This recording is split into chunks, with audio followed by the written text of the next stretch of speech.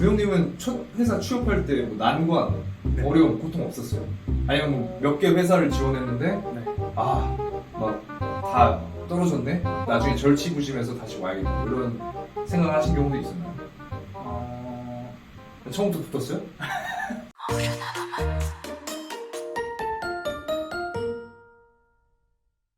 여러분 안녕하십니까, 코딩을 뒤집다 딩코딩코입니다. 네, 좋습니다. 자, 오늘은 우리 루이드에 다니고 계신 백엔드 개발자 백근영님을 모셔봤습니다.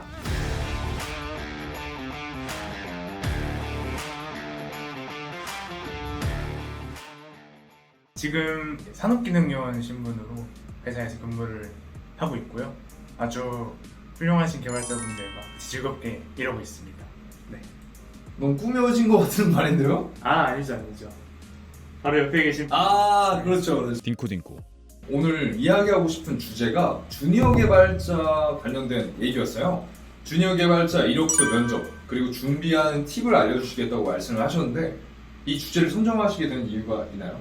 아무래도 제 스스로가 주니어 개발자라서 좀 면접이나 이력서 준비를 하는 게 좀 비교적 최근이다 보니까 실질적인 팁을 많이 드릴 수 있을 것 같다라고 생각을 했고, 그리고 이제 최근에 저희 회사에 면접을 보러 오시는 분들이 많은데 면접을 보면서 제가 느꼈던 점들을 좀 솔직하게 알려드리고 싶어서 주제를 이렇게 정하게 되었습니다. 딩코딩코. 뭐 전달해 주실 팁이 작성해 주신 게 이력서에 과장된 내용, 애매한 내용 금지라고 작성이 되어 있는데 이 내용에 대해 설명 부탁드려도 될까요? 네네. 지원하시는 분들의 이력서를 보면은 그런 분들이 있어요. 자기가 좀 한두 번 다뤄본 기술 스택인데 그런 것들을 이제 좀 사용할 줄 아는 기술들에 막 기재를 해놓는다던가, 아니면 본인이 참여한 사이드 프로젝트에서 주도적으로 기여하지 않은 부분들에 대해서 좀 본인이 직접 한 일인 것처럼 꾸며서 이력서에 기재를 하시는 분들이 계시는데, 질문을 이제 한두 번 이렇게 해봤을 때 뭔가 적절한 대답이, 깊은 수준의 대답이 오지 않는다라고 하면 오히려 이제 좋은 점이 아니라 마이너스로 작용할 수 있다, 저는 이렇게 생각을 하고요. 그리고 이제 애매한 내용을 이력서에 적지 말아야 한다라고 저는 생각을 하는데, 그 이력서에 자기소개를 하잖아요. 굉장히 좀 애매하고 추상적인 말들을 적어놓는 경우가 간혹 가다가 있더라고요. 이게 이제 어떤 거냐면은 아름다운 아키텍처를 지향한다, 확장 가능한 코드를 좋아한다, 뭐 이런 식의 좀 구체적이진 않고 추상적인 말들을 많이 하는데, 뭐 아름다운 아키텍처를 좋아합니다 이렇게 적혀 있어가지고 제가 그러면 아름다운 아키텍처란 무엇인가요? 이렇게 물어보면은 재사용 가능한 아키텍처입니다 이렇게 대답을 하겠죠. 그러면 재사용 가능한 아키텍처를 만들려면 어떤 것들을 해야 하나요? 이렇게 물어보면 대답을 못하는 경우가 많거든요. 그래서 좀 본인이 충분히 많이 생각을 한 주제에 대해서 이력서에 기재를 하는 게 좋지 않을까 싶습니다. 그럼 이런 건 어떤가요? 저는 열정이 너무 넘치는 개발자, 저는 학습이 정말 빠른 개발자입니다, 이렇게 정보가 어떤가요? 그러한 부분도 사실은 자기가 얼마나 열정 있는 개발자인지 실질적으로 어떤 것들을 했는지를 통해서 다 드러나게 되어 있거든요. 이력서를 통해서도 드러났고, 면접을 통해서 확인을 했을 때도 이 사람이 얼마나 열정 있고 좀 잘하기 위해서 노력하는 개발자구나라는 게 다 느껴져가지고, 그러한 말들을 적는 것보다는 정말 자기가 그런 사람이다라는 거를 그 과정에서 입증할 수 있으면 좋을 것 같습니다. 딩코딩코.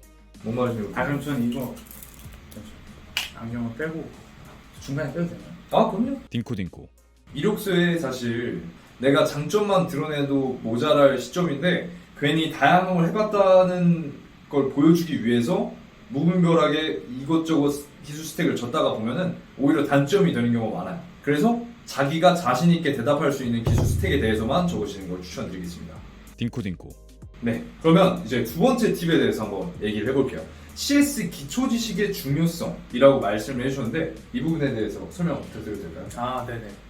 신입 개발자 혹은 주니어 개발자를 대상으로 면접을 볼 때 이 사람의 어떤 실력이나 역량을 평가할 수 있는 지표들이 그렇게 많지 않아요. 사실 우리가 최대한 이 사람의 어떤 능력을 객관적으로 판단할 수 있는 지표가 필요한데, 저는 CS 기초 지식이라고 생각을 하고, 이게 이제 주니어 개발자라고 하면은 우리가 이 사람의 경력과 이력을 기반으로 판단을 하기보다는 문제 해결 능력을 가지고 있는가, 그리고 얼마만큼의 그 성장에 대한 잠재력을 가지고 있는가, 이런 것들을 중점적으로 평가를 해야 되거든요.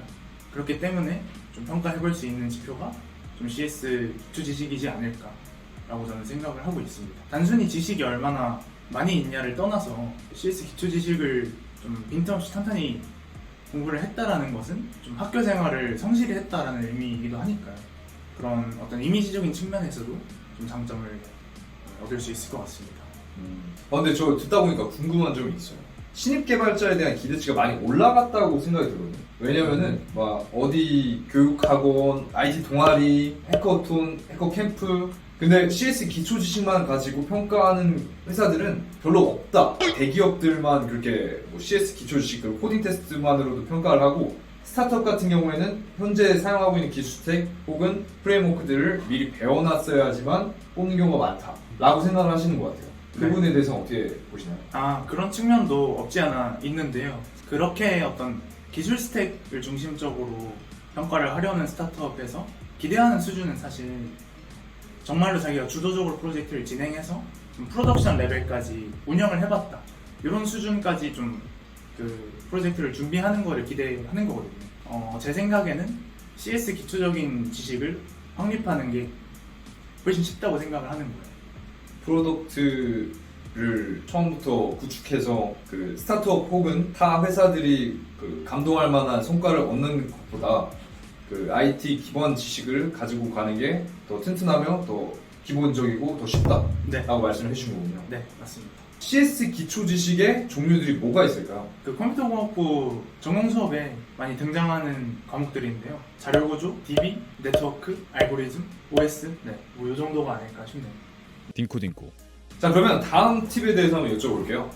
넓고 얕은 지식보다는 좁고 깊은 지식이라고 작성을 해주셨는데, 이게 어떻게 보면 첫 번째 말씀드렸던 이력서의 과장된 내용, 애매한 내용 금지랑 연결되는 부분인 것 같아요. 네네.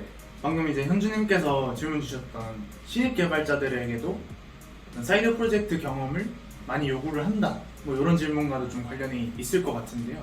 좀 그렇게 거창한 이런저런 기술 스택들을 막 쭉 나열하고 최대한 막 있어 보이게 화려하게 사이드 프로젝트를 하는 것보다는 좀 이런저런 거창한 프로젝트를 한 것보다 좀 훨씬 좋게 보이는 것 같습니다. 이제 아는 것에 대해 질문을 받기도 하겠지만 모르는 질문들을 듣게 되잖아요. 그렇죠. 그리고 실제로 그런 분들이 꽤 많아요. 신입 개발자분들 중에서.